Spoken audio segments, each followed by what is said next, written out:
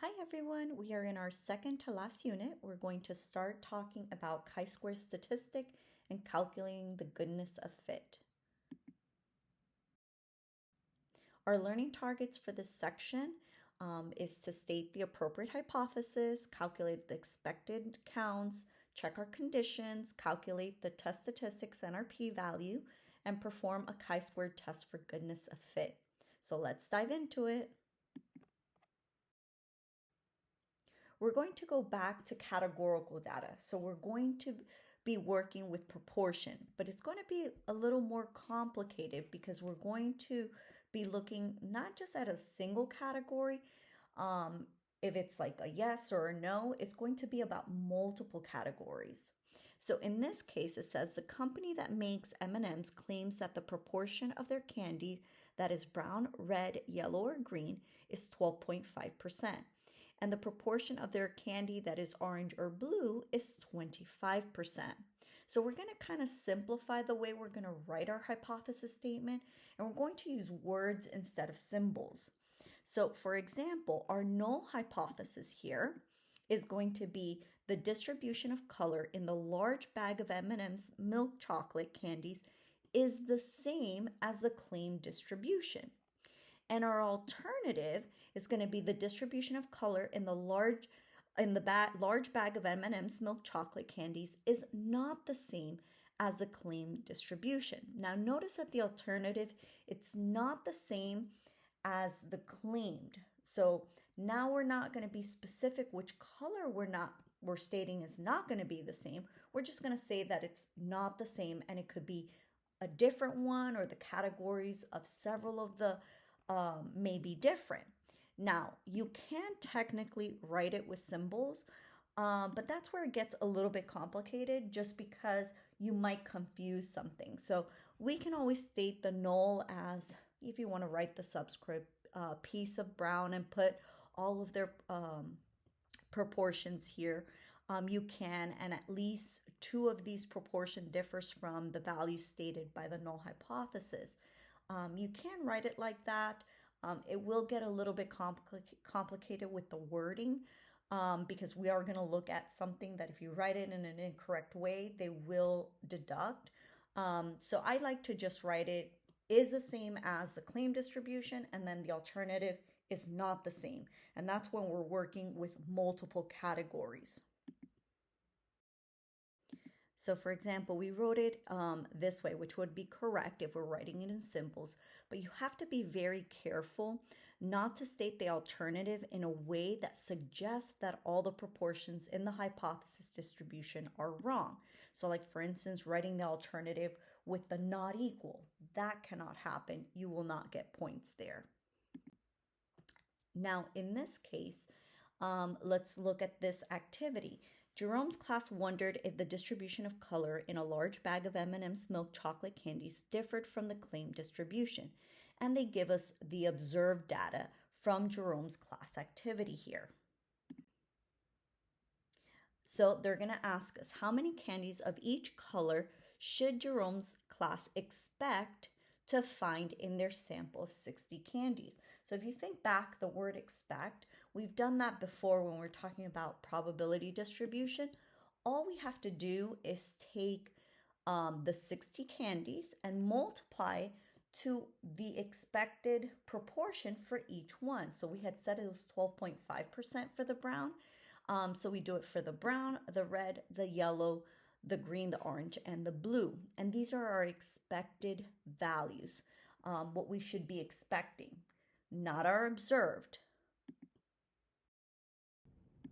So here, to calculate the expected value, it's just the samples times the sample size times our piece of I, which is the proportion for each category. And you'll do that for each of them. So what we're pretty much, it's the sample size times the proportion at which you think it should show up. Now, if you remember, we did this already when we were talking about probability distribution and expected values. So what we're going to be doing essentially is we're going to be comparing our observed to our expected count, and we're going to create this chi-squared statistic. So here they displayed your data for each of the colors of the M&Ms, and they're comparing what we observed versus what we expected. Now notice some observed values are higher, some are lower, and nothing was exactly that were exact values. So for instance here, how likely is a difference this large or larger would occur just by chance in a random sample size of 60 from the population distribution claimed by Mars Inc. So the statistic we're going to use to make the comparison is called the chi-square test statistic. And the chi-square looks like that cursive X to the second power. It's like italicized, not cursive, but italicized. So the statistic basically is just to measure how different the observed count are from the expected values. So what you're going to do is you're going to get the observed minus the expected squared divided by the expected. And you're going to do that for each of the numbers. Now, each number, before I add them up, those are called contribution. And the reason those individual values are important is because the larger the number, the more swing it's going to have to your chi-squared statistic. So it's going to impact it more. So make sure to use the observed minus the expected counts and not the observed and expected proportions when calculating the chi-squared test, okay? So we're actually getting the observed and the expected, not the proportions. So going back to the M&M's problem, this is how it would look. So the first one, which was the brown, it was 12 minus 7.5 squared over 7.5. Then we did the next one. So each of these, before adding them, is called your contribution. Now, once we add them all up, that's going to be our chi-squared. Now, the calculation's not hard, but I will show you how to do this on your calculator. But you do need to know how to do it by hand and understand it, as in the multiple choice, they will expect you to be able to identify and pick the correct values. If we look at the contributions here, which one is more heavily impacting that chi-squared? So if we look at the numbers, the 2.7s and this 2.7 are the ones that are impacting. They're swinging that chi-squared. And we're going to look at that in a few more slides. Now, just like with all the inference methods that we've been doing, we do need to check the three conditions. That it is random, so the data has to come from a random sample from the population of interest. Our 10% condition, our sample size has to be less than 10% of our population. And then the large counts, this is where it's going to change.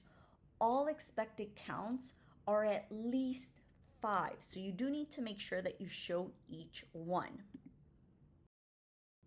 So when checking the large counts, this is our AP exam tip, be sure to address the expected counts, not the observed counts. Make sure to write the expected counts on your paper and label them as expected counts, or you won't receive any credit. And never round them to the nearest integer. Just write out the values.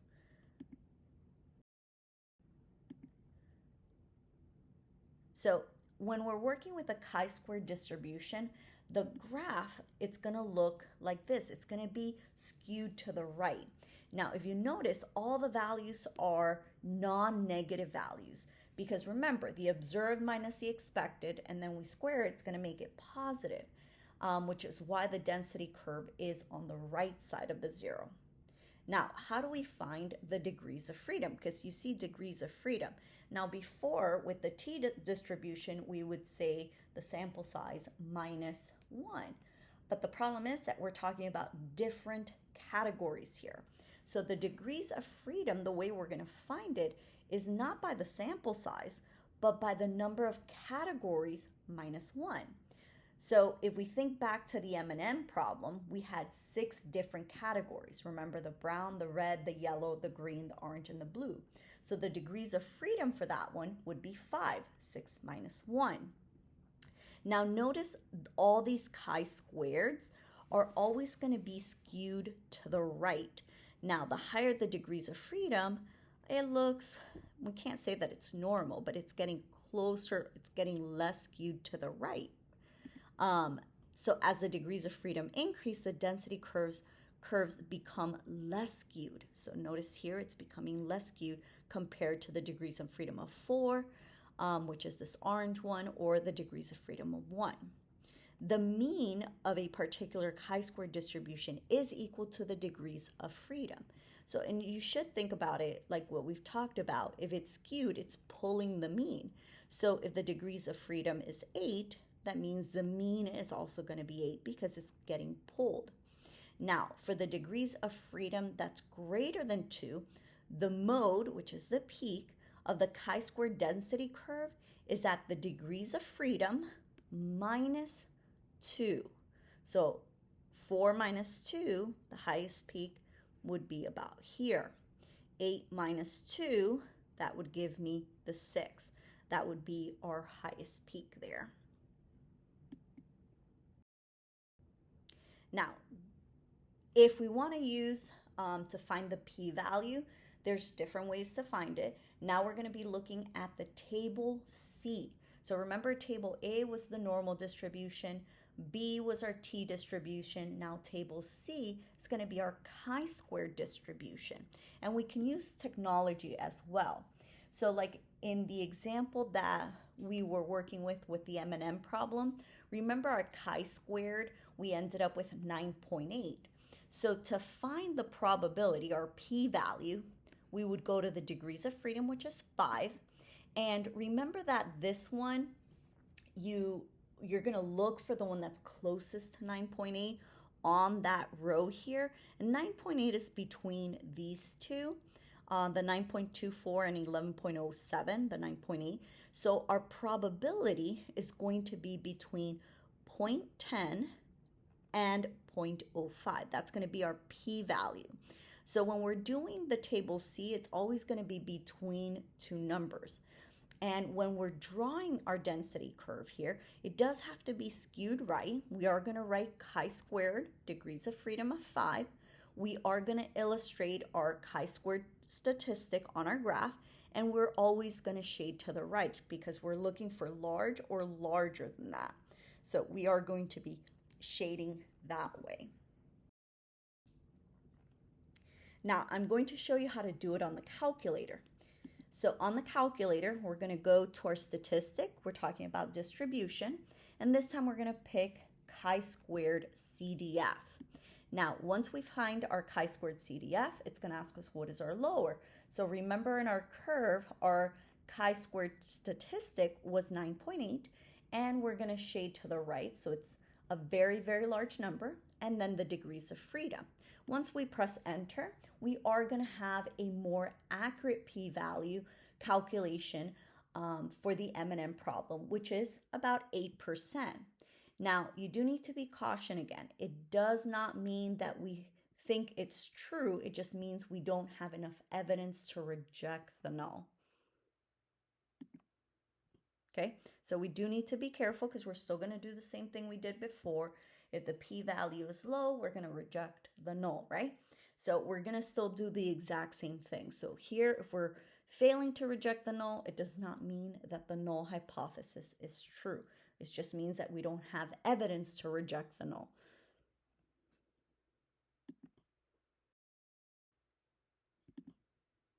Now, let's do this problem in its entirety.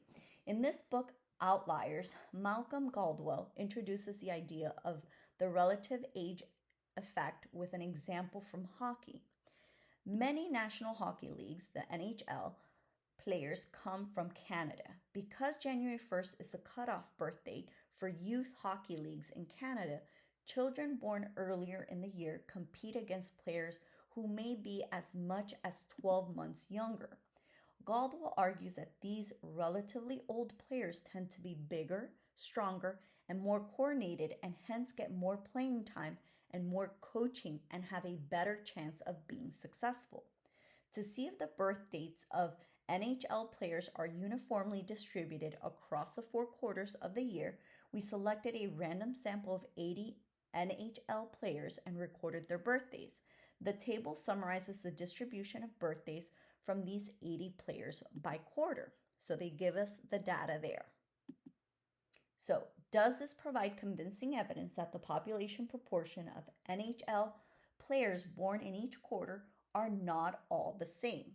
Okay.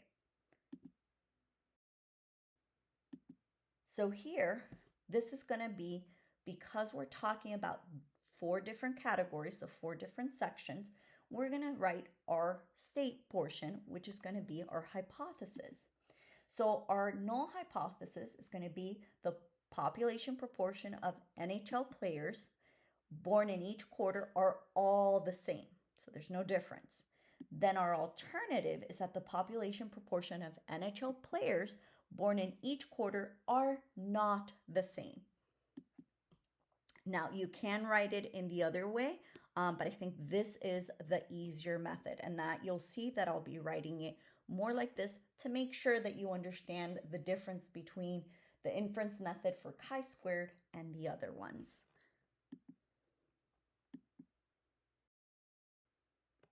So now we did the alternative.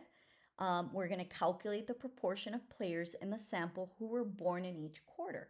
So we're going to get the proportion for each of the sections, or categories here, from January to March, April to June, July to September, and October to December. So we're getting the proportion of each one.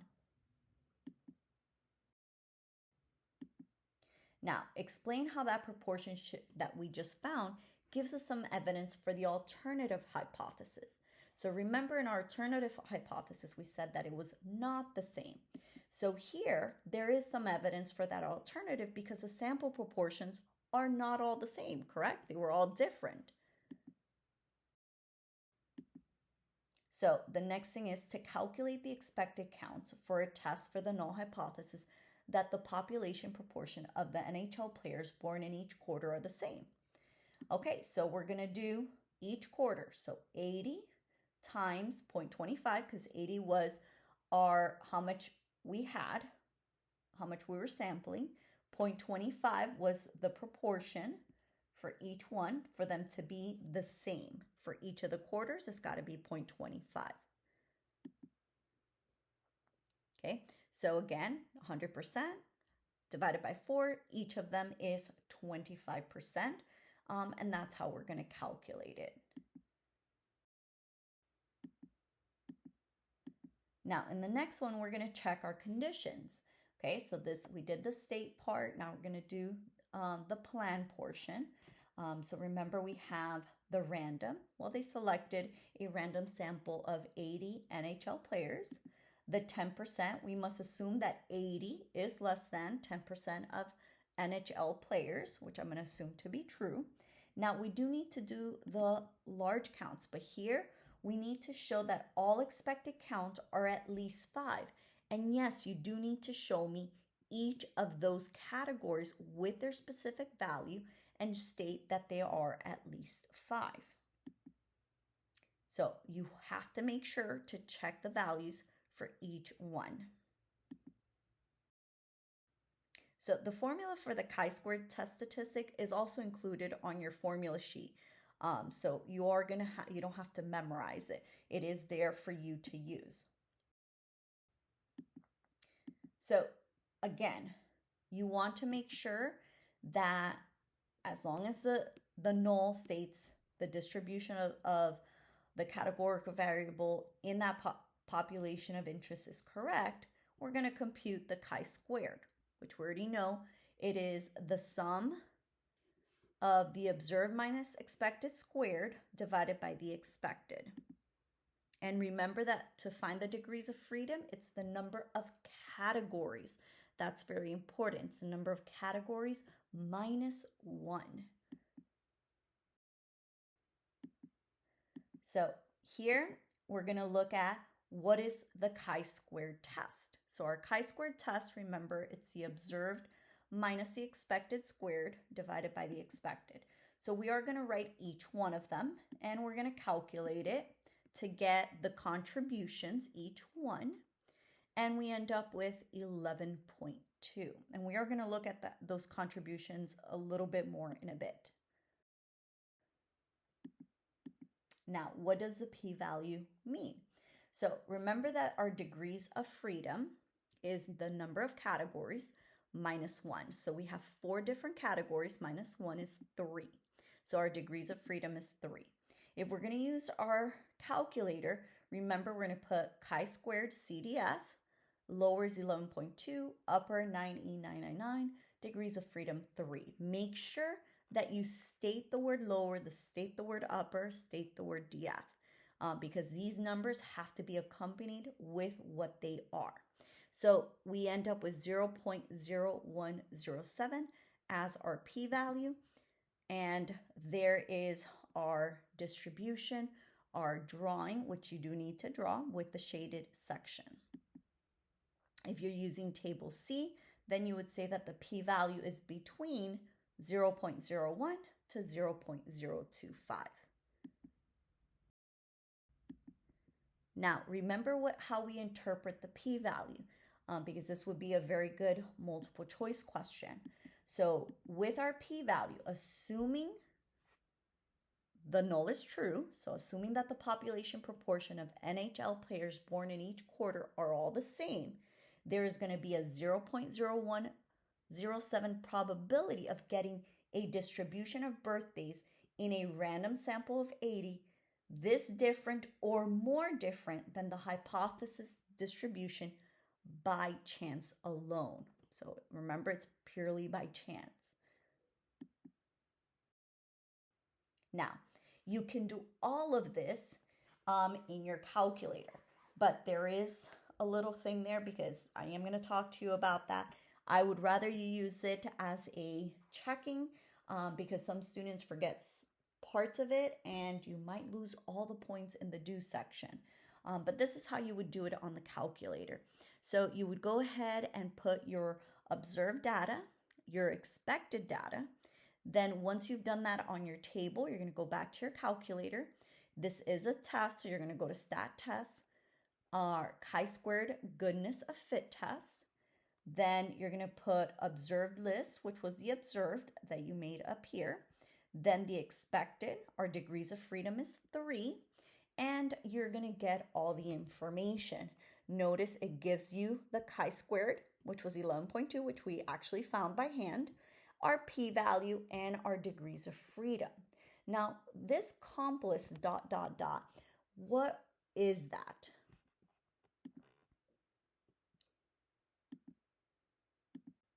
So here, that COMPLIS is actually, if we can actually get these values, that's our contribution. So each particular data value from that chi-square before it's being added. So all we would do is click the VARS button, then click Stat COMPLIS, and there it is. So it's all of these values. These are the individual values for each one.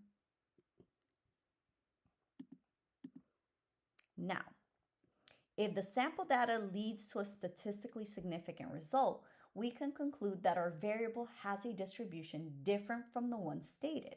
So to investigate how the distribution is different, start by identifying the categories that contribute the most to the chi-squared. So remember here, when we are looking at our chi-squared, our contributions, which we found on the calculator as well, notice that the ones that are really heavy, that are affecting that chi-squared the most, are the January to March and that October to December. So the two biggest contributions to the chi-squared statistic came from January to March, which was at 7.2, and October to December, which was 3.2.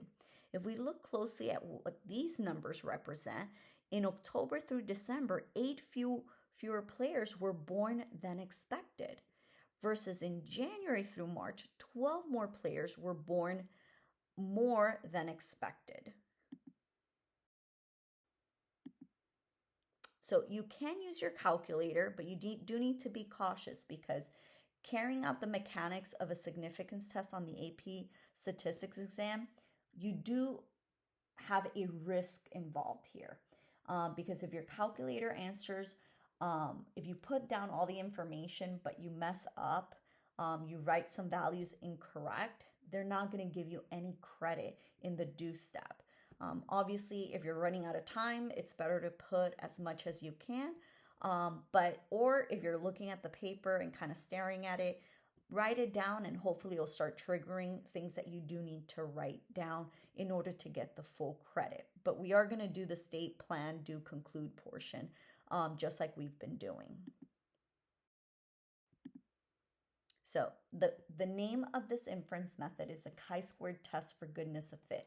It is a significance test of the null hypothesis that a categorical variable has a specific distribution in the population of interest. So let's do a full 4-step process here. Many people love tree-lined trees, especially in big cities where tall buildings can dominate the landscape. Are trees in the New York City streets proportionally distributed across the 5 boroughs? So right now, the word 5 boroughs should automatically tell you you're talking about 5 categorical data here. So that is, if a borough has 30% of the land area, does it also have 30% of the street trees? The table shows the land area for each borough along with each borough's percentage of total area and the observed number of trees in each borough from a random sample of 1,000 trees on the New York City streets. So here's the data. Okay. And there are the number of trees. So they're giving us the percentage and the number of trees here. Does this data provide convincing evidence that the trees at New York City streets are not proportionally distributed across the 5 boroughs? So we're going to do the 4-step process. So the first one is our state. We're going to do our null hypothesis. So our null hypothesis is trees at the New York City streets are proportionally distributed across the 5 boroughs. So we're saying they're all the same. Then the alternative is trees at the New York City streets are not proportionally distributed across the 5 boroughs. And we'll use the alpha as 0.05 because they did not state what it was. Okay, again, you can write it with symbols, but I like the other way a lot better. Now we're going to do the plan. So we're going to do, remember our inference method is a chi-squared test for goodness of fit. Then we're going to go ahead and check our random. So the data came from a random sample of trees at New York City streets. The 10% condition, so we must assume that 1,000 is less than 10% of all trees at the New York City streets. And then the large count, remember the sample size was 1,000. So we are going to need to check. So 1,000 times our probability for each one, and that's going to be greater than or equal to 5. Now, there is some evidence for the alternative because the observed accounts are different than the expected accounts, right? So start thinking about what that means. Now we're going to do the do part. So the chi-squared is equal to the observed minus the expected squared over the expected. And we end up with 15.5. Now, sometimes you can just write the first 2 terms, put dot dot, and then write the last one, okay? That tells it is going to continue, and I'll show you that in class. Now, with the do part, we are going to go ahead and find our p-value. So we need our degrees of freedom. There's 5 boroughs, so 5 minus 1 is 4. We are going to go ahead and draw our chi-squared distribution with degrees of freedom. We're going to illustrate where our chi-squared is at, and we're going to go ahead and shade it. And we're going to use our technology or our table C to find our p-value. And our p-value here, if we use our technology, it's going to be 0.0044. We're going to go ahead and conclude. So because the p-value of 0.0044 is less than our alpha, which is 0.05, we reject the null, and we have convincing evidence that the trees on New York City streets are not proportionally distributed across the 5 boroughs.